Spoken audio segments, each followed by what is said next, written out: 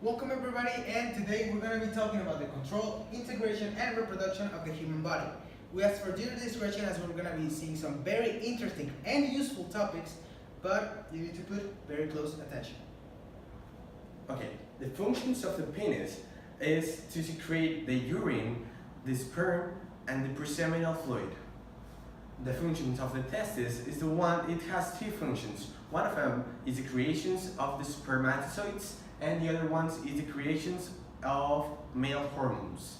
The scrotum helps to maintain the temperature that the body or the male reproductive system needs.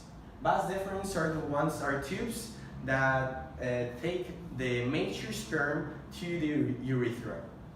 The pt1 also has two functions. One of them is the storage of sperm created in the testis, and the other one is to carry or take the sperm that it has created in the testis to the vas deferens.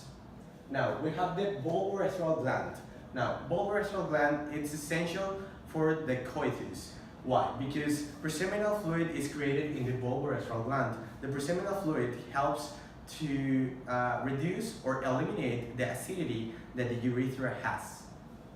Okay, prostate gland, it's also like a barrier that creates and storage the seminal fluid. It carries them, it takes care of them, and well, it's also like the scrotum. It helps to maintain the male reproductive system, but it focuses more in the sperm created. Seminal vesicle, as its name says, it expels the semen that it's created in the human body. That's the mainly functions of the seminal vesicle. Secrete the seminal created in the testes and all the functions that we said before. Okay, and the urethra. In males, this function helps to take away also like the urine and also the sperms or the semen created. And that are the main organs that works in the male reproductive system.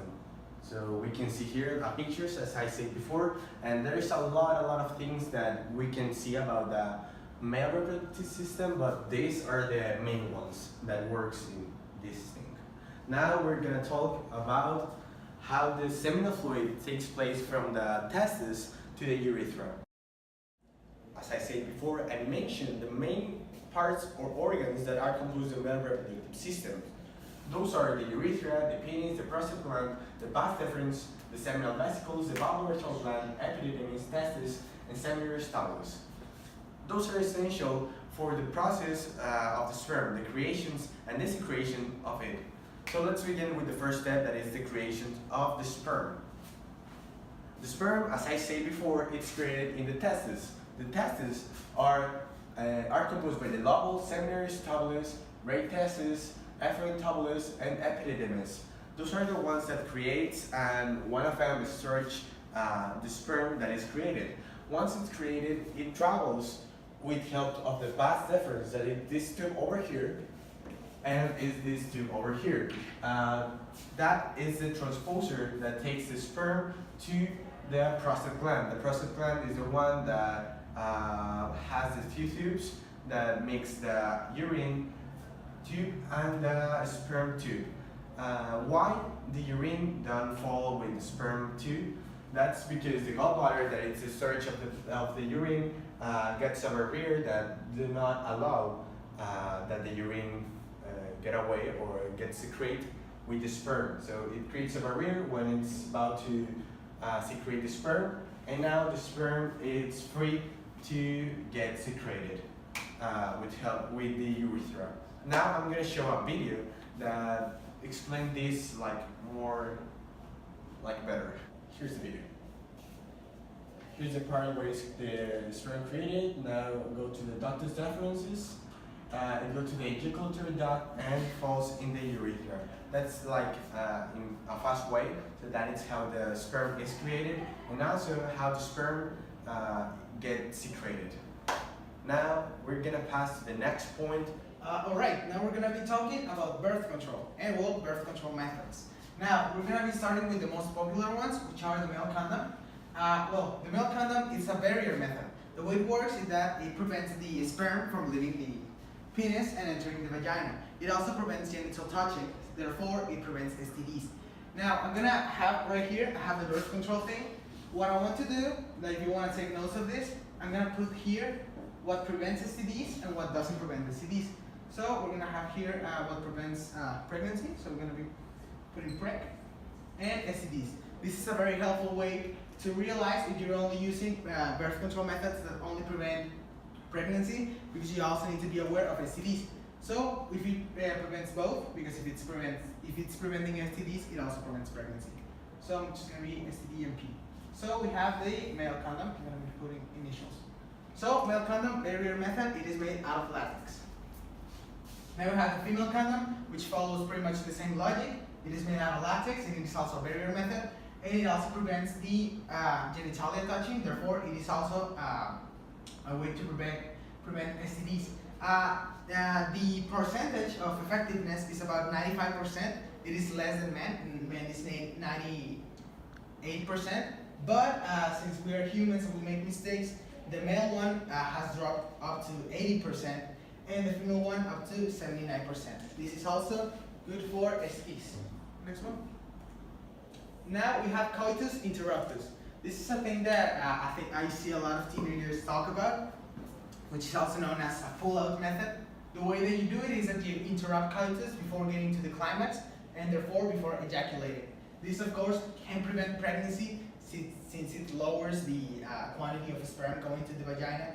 But the seminal fluids that are used as lubricant by the penis also have some spermatozoids, so you gotta be aware of that. And it doesn't prevent STDs. And it is a very, very dangerous method. It doesn't even have percentages. And if you're gonna be using it, you're gonna have to use it with other methods. Next one. We have tubal ligation. What this is pretty much just taking the fallopian tubes and tying them, or cutting them, or doing this type of barrier method. This is a very effective method. The only way that it could regenerate somehow is if by natural means you cut them, and then when the person is growing, they get reconnected, but it is very, very rare. It is almost 100%, but it does not prevent pregnancy, right? So I'm going to put in tubal ligation. I'm not even going to put coitus interruptus. Don't do that. Next one, oral contraception. This is what we know as the pill. A woman has to take this every day in order to get their hormonal levels to get difference, and to prevent the egg to get pregnant. Like the egg cannot be fertilized. The way that this works is that we have estrogen and progesterone in synthetic ways inside of each pill. Therefore, each pill kind of moves the hormones. This is a very good method if used perfectly, which can be up to 99%, but in practice it is only 91%. It just prevents pregnancy. Next one. We have contraceptive implants. This is pretty much the same way that the oral contraceptive works, but this is an implant that you get in your arm, and it is well, more permanent. It has the same percentage, about 99 to 91%, and of course it only prevents pregnancy. Next one. We have the IUD. We have two types of IUD. This is hormonal, and this is made out of copper. The hormonal one works also the same way by releasing estrogen and progesterone, and the copper one actually repels the spermatozoids. The spermatozoids want to get in, but since they don't like copper, what they do is that they go around. So they never get to the fallopian tubes, therefore they never fertilize the egg. This is of course only for pregnancy.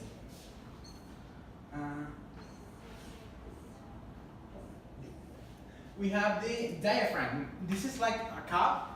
This cup you get right here inside of the vagina, blocking the way into the uterus and into the fallopian tubes. Therefore, you don't get sperm into the fallopian tubes and into the eggs. And of course, this is only a pregnancy method, which is the diaphragm. Next one. We have natural planning. This is if you're already married and you want to have a contraceptive method, a birth control method that doesn't involve anything else. This is using your menstrual cycle because there are some days in the menstrual cycle that you cannot get pregnant because you don't have an egg. But it is very dangerous because if you're not regular on your menstrual cycle, you can still get pregnant, and you have to be sure that the person you're with it is stable, because if not, if you get a pregnancy, it is very dangerous. And of course, this does not prevent against STDs. You're starting to see that the only ones are the barrier methods, and that are also prevent male genitalia and female genitalia from touching. Next one. Next one. And we have finally the morning after pill. This is not a birth control method. You should only use this method when there's an accident, a condom broke, or anything like that.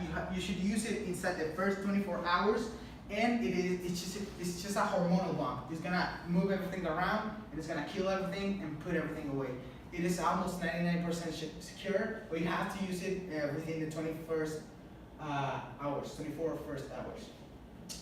Thank you. Now we're going to be moving to vasectomy. Vasectomy is a way that you cut these tubes. They are the vas deferens tubes, and the vas deferens tubes get cut off. Therefore, the spermatozoids that get generated in the testes do not go up, and therefore your ejaculation doesn't have spermatozoids, which prevents pregnancy. This method could also get undone, but it is very, very unlikely that it's gonna get undone by itself. And if a professional is gonna do it, it is very costly, and it is something like 60% secure.